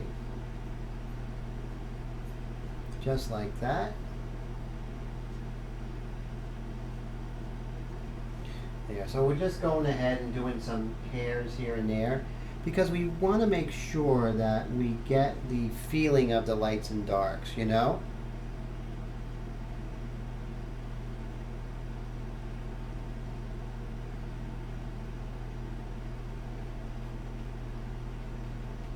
Okay. So let's go ahead and take a look here. Where else can we go ahead and create some light? So let's go ahead and create some, I'm going to go back to the large screen here. Let's see.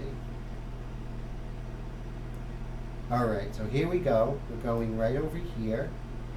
And we're just going to try and get some of that texture of her eyebrow. We don't want to go too crazy, right?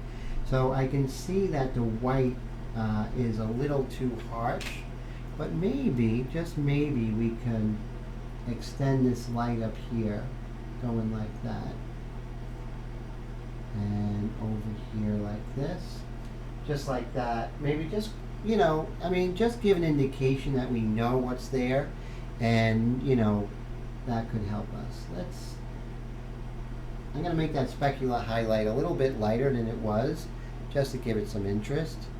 And then right over here, we'll pull out the white of the eye, just make that a little bit further back from that little lid there of her. There we go. See that? So that's pretty cool. So let's go on over to the other eye and see if we can do something very similar. Seems like the white of her eyes are really much lighter. I don't know if it's the photographer that did it, or, but I'm going to go ahead and I'm going to reproduce that just out of interest.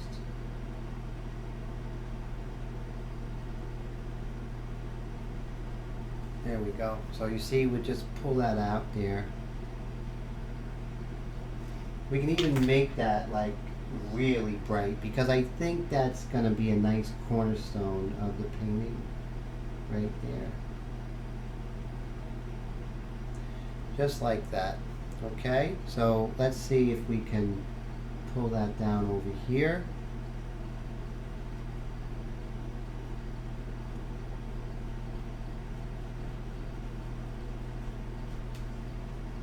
Alright, so we'll go ahead and pull this over. So we see we have a little bit of cast shadow over here. I was working on the ear, sorry about that. And then we'll just come over here like this. So, okay, so let's go back and look at it. So we are getting very close to the finish of this live stream. I think we're doing just fine. Okay, so right here we see that it's a little light here. Let's see if we can just calm that down just a little bit there. There we go. So, you know, we worked on the white a little bit, just pulling that out, give it a little bit of a drama. I know it's not exactly that white, but it's just my decision to make it a little brighter. Same thing over here. I can just like pull out just a little bit of pastel. I just want to make this forehead turn, right? Let's see if we can do that.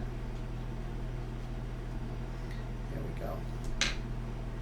All right, so let's see what's going on here. Okay. All right, so let's see here. Okay, so looks like we're doing really well. We only have 5 minutes left, guys, so that's good. And let's see.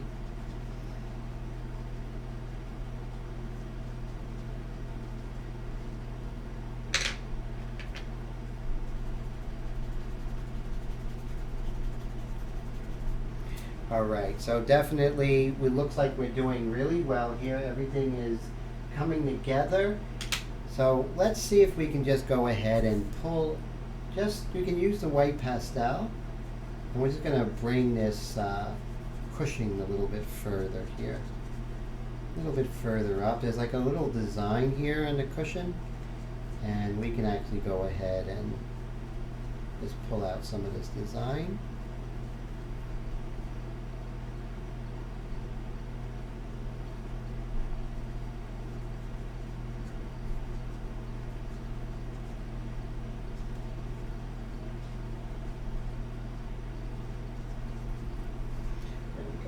So what we can do is we can just start with some of these sort of abstract shapes here, and then we can pull that in.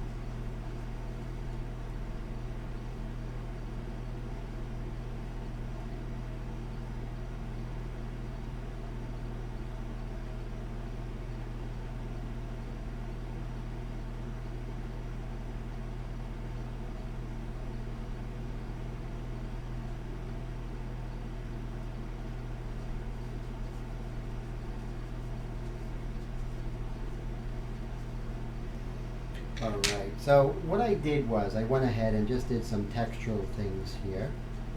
And I'm just going to indicate some shapes just like that. And then I could go ahead and just pull it out over here as well.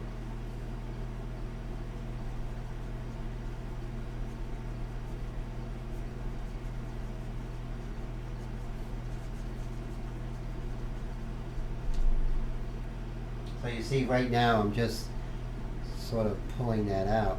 But look at the beauty of working with my ink mixture. So okay, so I have the dark mixture in my airbrush right now. So we'll go here, and so you see I have the dark mixture. So what I can do is just very quickly come here, blow out whatever's in there, not that much.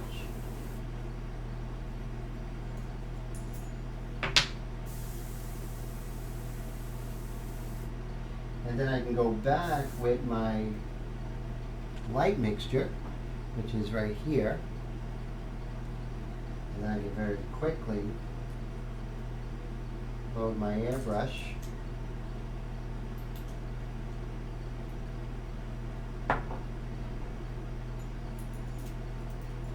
Now never test your airbrush onto your painting. Always move your painting aside, and then so once again, we have the light mixture in here. So look how fast I went from the dark mixture to the light mixture. Okay, method of my madness. So we're going to go ahead and we're just going to work on some of the designs here, which will make our life a lot easier. Switch cameras. So we can just go ahead and just do some of those abstract shapes. And we can really go really deep into this, which is really cool. But I'm just going to do an indication. But as you can see, it's really pretty wild that you can go from your light mixture to your dark mixture so quickly.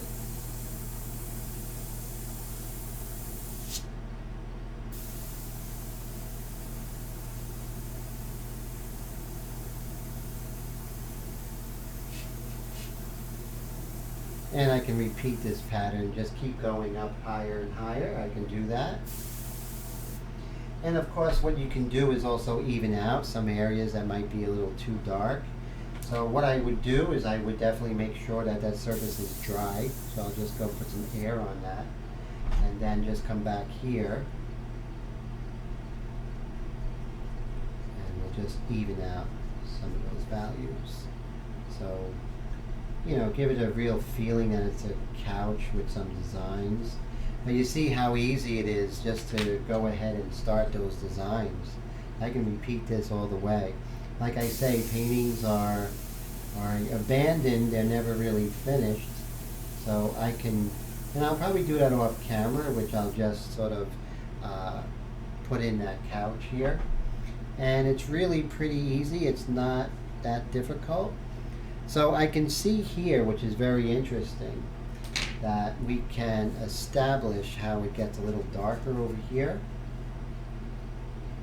Let's see, just like right here, it gets a little darker, and we'll just get that hard edge right there. See that, guys? I think that really helps. So once that's done, we can go ahead and start doing some of our lines here.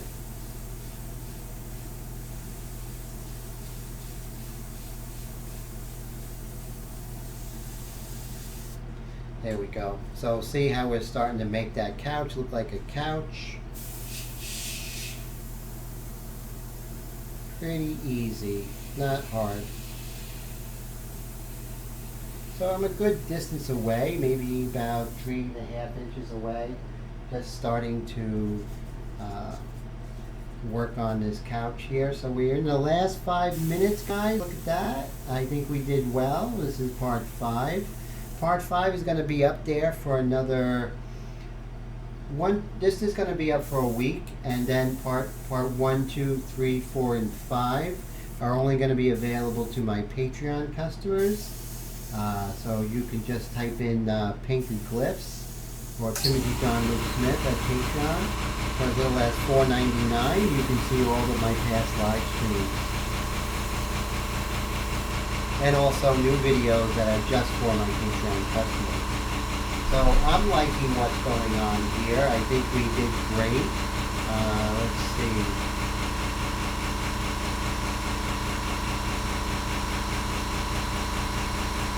Let's see.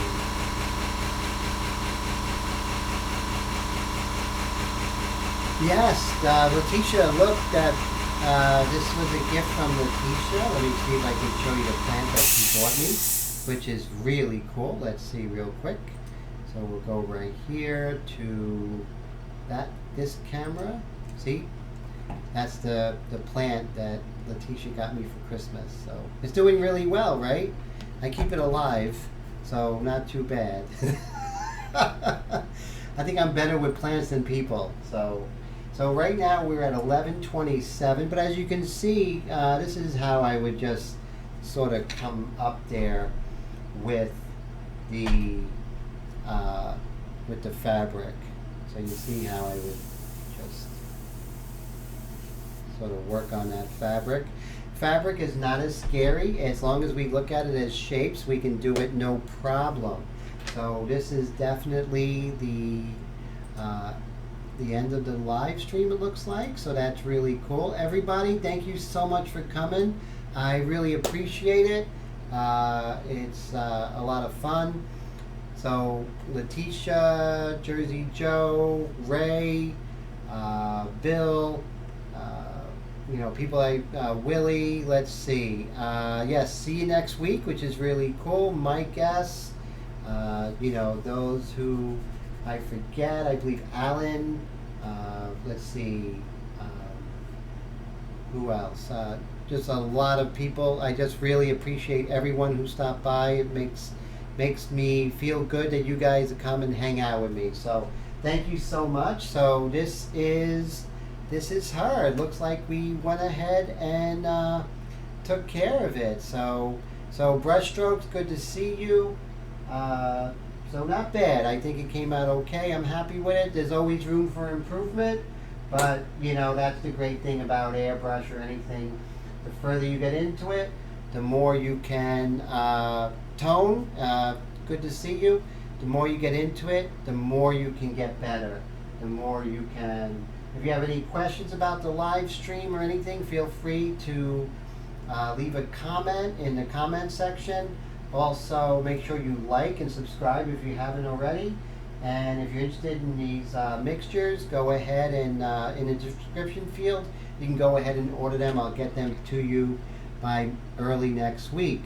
So, happy Labor Day. Oh my God, I can't believe it.